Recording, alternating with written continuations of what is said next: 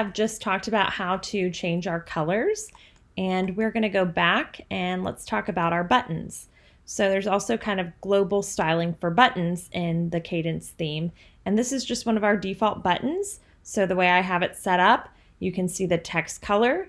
Initially it is white, and then the hover text color is black. The background color is black initially, and then when you hover, it's transparent. So if I wanted to change my button to have a pink background, there you go. I also have border colors, so it has a black border. Maybe I'll change it to pink so that it matches. And then when I hover, it looks like that. I can also control the width of my border, so we'll bump it up to 10, and now you can see how that affects things.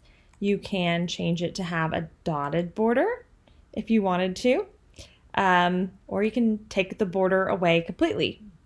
So I'm going to set things back to the way I had them, but that is an example of how you can edit your button. You also can control the border radius, and that's the corner of your button. So when I bump this up, it makes my button have rounded corners. I'm going to put it back to square. You can change the font of your button. So this is inheriting a font. I think it's Poppins. But if I change it to, say, Comic Sans, then it's going to update my button font everywhere. I can make it italic in the Style tab. I can bump it up to 15. I can put the letter spacing to 6. Right now it's all caps. Maybe I don't want all caps. Maybe I want it all lowercase. So that's just an example of how you can update the buttons to suit your style. I'm setting them back to the way that they were initially.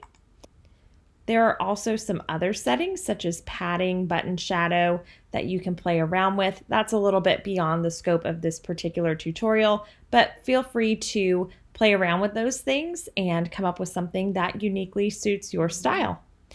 And then of course, when you're done with all of this, you do want to push publish because that's what's actually going to save the changes that you make in the customizer.